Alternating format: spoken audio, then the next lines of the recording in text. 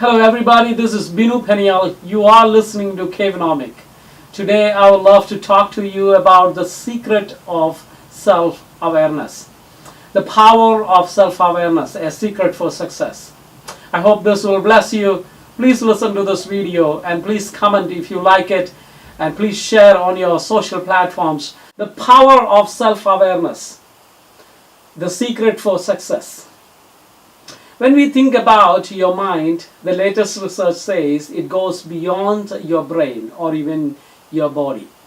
It is a seed of consciousness, the essence of your being. If you want to live a meaningful life, or if you want to be meaningfully alive, you need a proper function of your mind. Brain was considered to be your mind at one point. Brain is only a physical substance, and it is confined to what is inside of your skull. But your mind is the conscious product that fired neurons. According to Dan Siegel, a professor of psychiatry, mind is a journey to the heart of being human. It's very interesting research. I have observed many people who wanted to live life meaningfully or more consciously or intentionally alive, but unable to do it because they think change is not a possible option in their life. And they are overwhelmed by the listening to the external voices, the noise around their life. Self-awareness is a state where you understand your thoughts, your emotions, your behavior, and how they will affect your conscious mind or your world around you. Until and unless you know who you are or what you are capable of doing, you will never be able to do it. In order to change your thought, you need to change your mind. For any project, undertaking, or buying a house, for example, you will learn, or every person will learn, or spend quite a while to learn about the current situation. Before we take any project in the business world, we study the current project in a thorough manner. My personal transformation started when I started to learn about myself. God created everyone to discover themselves and live their life true to their calling or passion, purpose, and even your destiny. You know, we spend more time studying about the external world, but now it is time for us to study about our internal world. Life is a manifestation of where your energy concentrates. Imagine you have many rooms in your mind, just like you have many rooms in your house. You have electricity passing through all the electric systems in every room in your house. You switch the light on one room, and where you are present because you don't want it to stay in darkness. Some rooms are named as sad. The minds have so many rooms. You know, some of them are named as sad, mad, glad, happy, jealousy, anger, money, work, sex, art, education, politics, and so on and so forth. Awareness is the place or the room where you are present at any given moment or the current moment. You cannot be present in two places at the same time, physically. It is the same way you cannot be mentally, you cannot be present in two ways, in two places. The same way you cannot glow the bulb of your mind or awareness in two places at the same time. Multitasking is technically a myth when it comes to the power of your mind or the functionality of your mind. No one can multitask your mind. Abraham Lincoln once said, most of the people are about as happy as they want to be. Can you imagine that? Most folks are about as happy as they want to be. Nothing in this world is destructive about at the same time everything in the world has the potential to be destructive, potential to take control over your life. It is the matter of the amount of attention you give to oneself in life. There is a myth called monks cannot hold a Mac. That you as a person cannot learn a new things. In other words, you need to survive and live your life with the same old technologies, same old understanding. I'm sure, one of the things that helped me a lot was the continuous learning process. Continuous learning, a lifelong learner. In the world of noise, what we will do to foster our connection and pay attention. Viktor Frankl, one of the psychotherapists, especially the one who invented the concept called logotherapy, said, between the stimulus and response, there is a space. There's a space between the stimulus and response. This space can be called as choice. And every day, every hour, you have given that privilege to take that choice. How will one reach the mindfulness possible in the world of artificial intelligence? Have you ever thought about how many of the thoughts passing to your mind each day? The research says that we human beings have anywhere between 20,000 and some research says around an average 50,000 to 60,000 thoughts per day. But according to some psychoneuroimmunology research, as many as 98% of them are exactly repetitive thoughts from the previous day. So you are, whining in the things that are already past. You live your life in the past with your mind and your thinking. We are creatures of habit. And more significantly, 80% of them are negative thoughts. These two are dangerous issues, am I right? 80% of our thinking are negative, and a whole bunch of our thoughts from previous thoughts. Negative thoughts drain more energy than positive thoughts. Just like smiling face make less muscle power from your face than your sad face. Being sad and showing your sad face takes more energy. The thoughts and the words like never, should, cannot, complain, whining, or thoughts that diminish your own or other sense of self-worth deplete the body by producing corresponding chemicals that weaken the psychology or the physiology or the emotional stability of your life.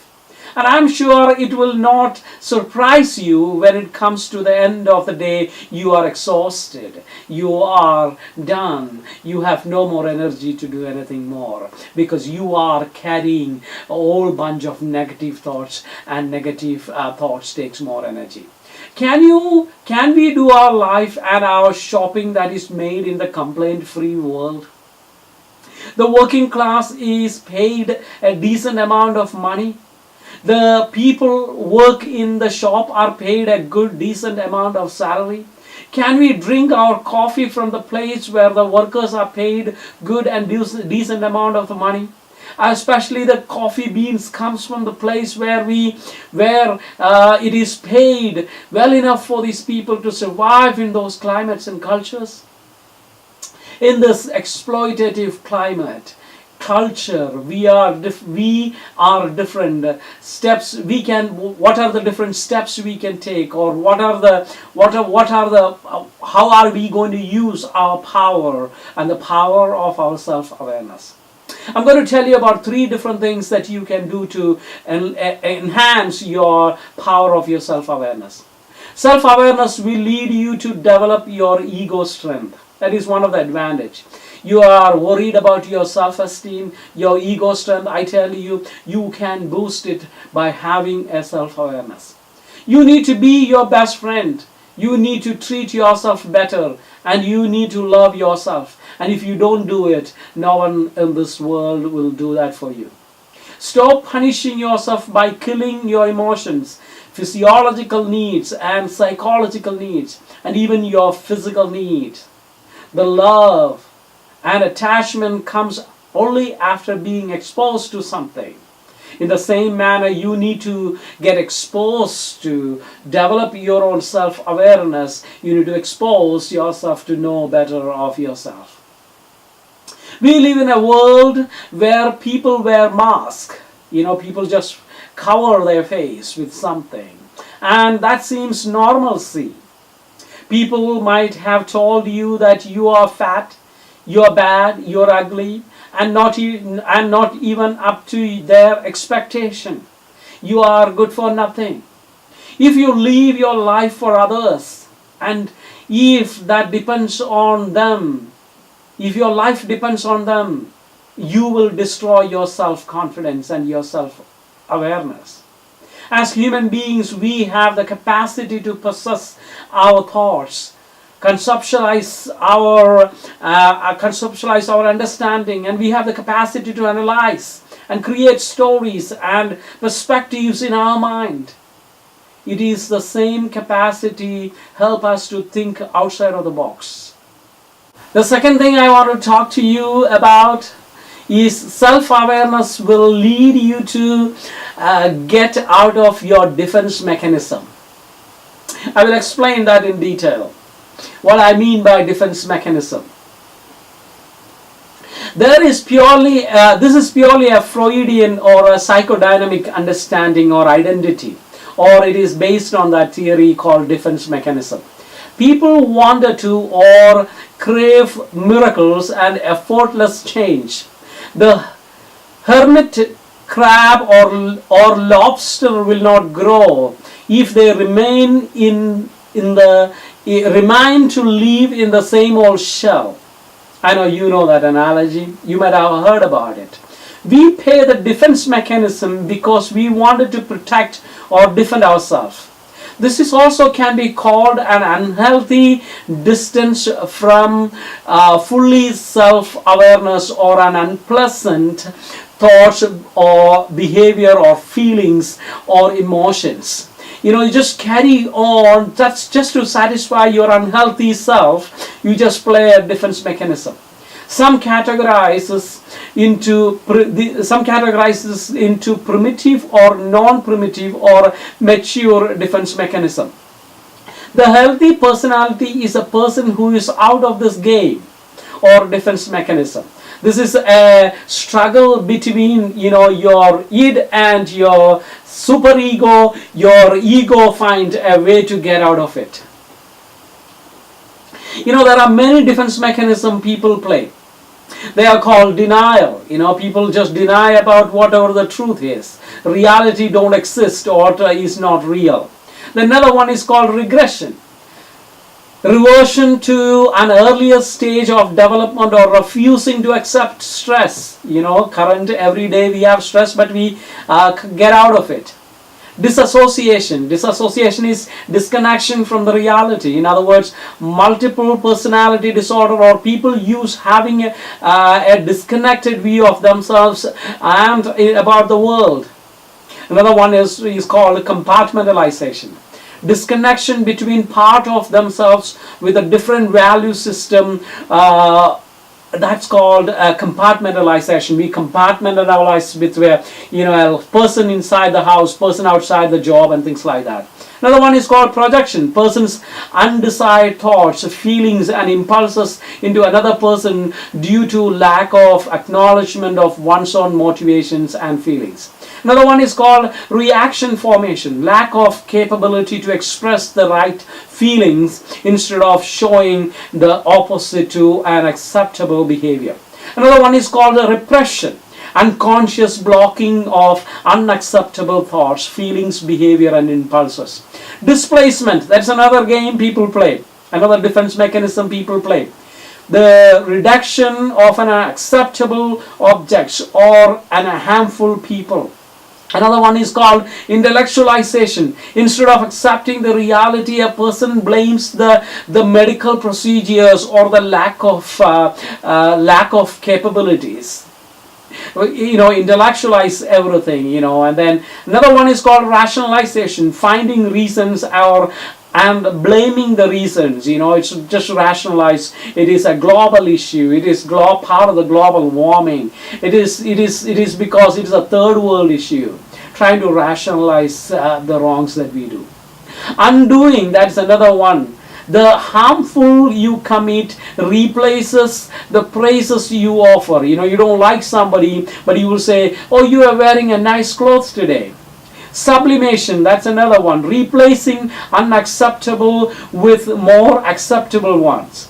Another one is called compensation, psychological counterbalance, replacing weakness with strength.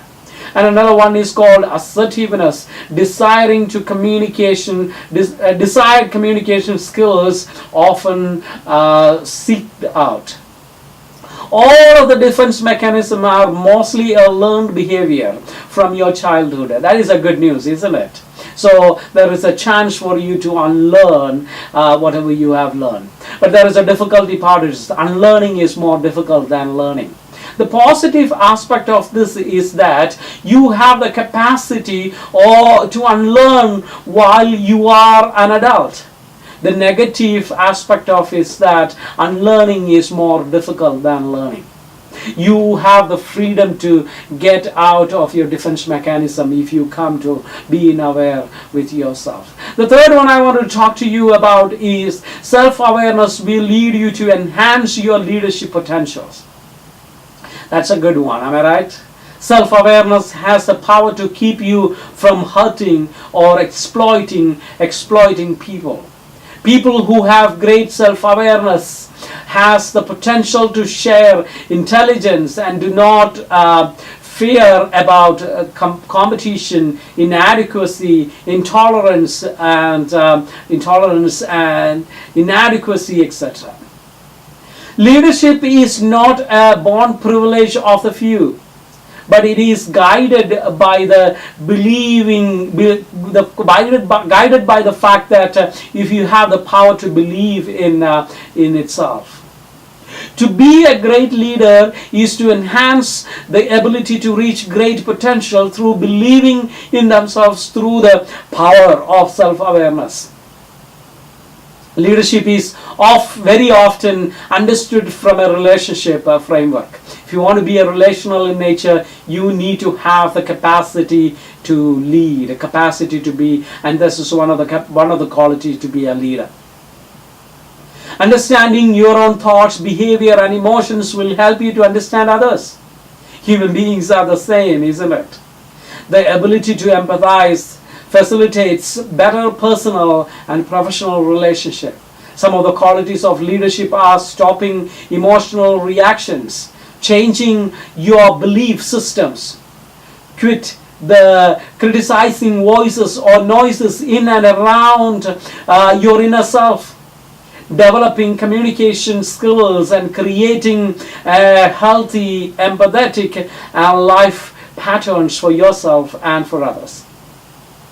Basically, there are many beliefs to self-awareness, such as you will live authentically happier, fulfilling and genuine life, ability to redirect your thoughts and emphasize positive ones, developing a positive interpersonal relationship, interpersonal surroundings, gain an ability to live courageously and intentionally the rest of your life, and ultimately it will make your dream come true. It will make you a successful person.